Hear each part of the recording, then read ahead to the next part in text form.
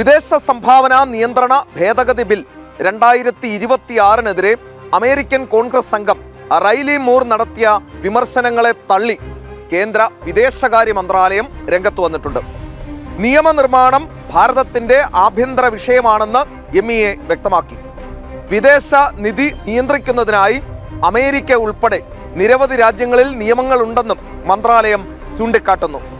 West വിർജീനിയയിൽ നിന്നുള്ള Republican പ്രതിനിധിയായ Riley Moore നിർദ്ദിഷ്ട ഭേദഗതികൾ ക്രിസ്ത്യാനികൾക്കെതിരായ വ്യക്തമായ ആക്രമണം എന്നാണ് വിശേഷിപ്പിച്ചത്. ഇത് ഭാരതവും അമേരിക്കയും തമ്മിലുള്ള ഉഭയകക്ഷി ബന്ധത്തെ പ്രതികൂലമായി ബാധിക്കുമെന്നും ഇയാൾ മുന്നറിയിപ്പ് നൽകിയിരുന്നു. ഒന്ന് ആലോചിച്ചു നോക്കൂ, ഈ സായിപ്പിന് ഈ രാജ്യത്തേക്ക്, ഭാരതത്തിലേക്ക് ഈ പണം ഇങ്ങനെ പമ്പ് ചെയ്യണം എന്ന് എന്താണ് ഇത്ര വാശി?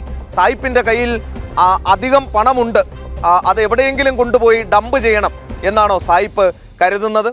അതോ ഈ രാജ്യത്തെ പാവപ്പെട്ട ഹിന്ദുക്കളെ ഉദ്ധരിക്കാൻ സായിപ്പിന് ഇവിടുത്തെ ഹിന്ദു മതം വളരെ പിന്നോക്കമാണ്, അതിനാൽ അവരെ ഉദ്ധരിച്ച് കളയാം എന്നാണോ സായിപ്പ് കരുതുന്നത്?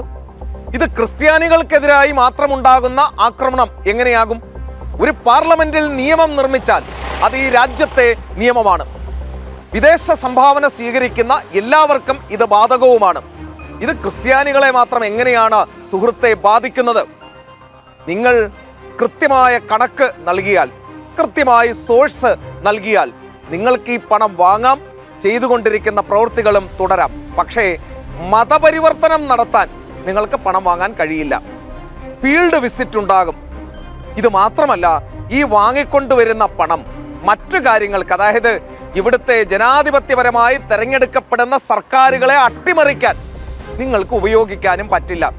അതല്ലേ പ്രിയപ്പെട്ട സായിപ്പേ നിന്റെ പ്രശ്നം? കഴിഞ്ഞ ദിവസം ക്രിസ്ത്യൻ സമൂഹം അത് CBCയുടെ നേതൃത്വത്തിൽ അമിത്ഷായെ കണ്ട് ഒന്നുകിൽ ഇപ്പൊ തന്നെ ഈ ബില്ല് പിൻവലിക്കണം, ഇല്ലെങ്കിൽ ഇത് JPCക്ക് വിടണം, ഇല്ലെങ്കിൽ ഞങ്ങളങ്ങ് മലമറിച്ച് കളയും എന്ന് ഭീഷണിപ്പെടുത്തുകയുണ്ടായി. അമിത്ഷാ പറഞ്ഞത് അടുത്തയാഴ്ച ഈ ബില്ല് കൊണ്ടുവന്നിരിക്കും എന്ന് തന്നെയാണ്. ഈ ക്രൈസ്തവ സമൂഹത്തിനെതിരായ ആക്രമണമായി ഇതിനെ ക്രൈസ്തവ സമൂഹത്തിന് ഇതുവരെ തോന്നിയിട്ടില്ല. ഇവരുടെ പണം വാങ്ങി, ഈ വിദേശ പണം വാങ്ങി ഈ രാജ്യത്തെ ഹിന്ദുക്കളെ ഛത്തീസ്ഗഡിലും ഒഡീഷയിലും ഝാർഖണ്ഡിലും പഞ്ചാബിലുമൊക്കെ മതം മാറ്റുന്ന മാഫിയയ്ക്കാണ് ഇത് എതിരാകുന്നത്. കോണ്ടസയിലും ബെൻസിലും കയറി ഈ നാട് മുഴുവൻ ചുറ്റിയടിച്ച് മൃഷ്ടാന്നം തിന്ന് ജീവിക്കുന്ന പുരോഹിത വർഗത്തെയാണ് ഈ FCRA നിയമം പിടിച്ചുലയ്ക്കുന്നത്.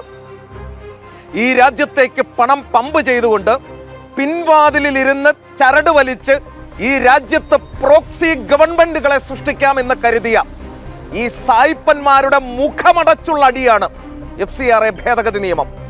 അപ്പോൾ അത് ഈ രാഷ്ട്രത്തോടുള്ള പ്രതിബദ്ധത തെളിയിക്കാൻ ഈ സർക്കാരിന്, നരേന്ദ്രമോദി സർക്കാരിന് കൈവന്നിട്ടുള്ള ഒരവസരമാണ്.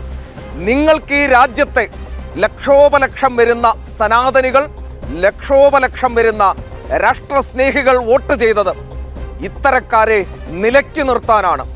അതിനുള്ള തണ്ടല് ഈ സർക്കാർ കാണിക്കും എന്നാണ് ഇവിടുത്തെ വോട്ടർമാർ, ഇവിടുത്തെ പൗരന്മാർ പ്രതീക്ഷിക്കുന്നത്. അടുത്തയാഴ്ച ആ ബില്ലെത്തും എന്നും കരുതുന്നു.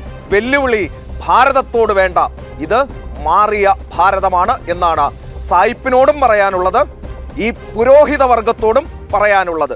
നിങ്ങൾ തെരുവിലിറങ്ങി എന്ത് തരത്തിലുള്ള കുമ്മാട്ടിക്കളി കളിച്ചാലും അതിലുമേറെ രാഷ്ട്രസ്നേഹികൾ ഇനി തെരുവിലേക്ക് ഇറങ്ങാൻ തന്നെയാണ് തീരുമാനിച്ചിട്ടുള്ളത്. ഈ അഭിജിത്ത് ദീപ്കയെ പോലെയുള്ള പാറ്റ കൂട്ടങ്ങളെ ഇറക്കി ഇനി ഒരു അട്ടിമറിക്കാണ് ശ്രമിക്കുന്നതെങ്കിൽ അതിനെയും നേരിടാനാണ് തീരുമാനം.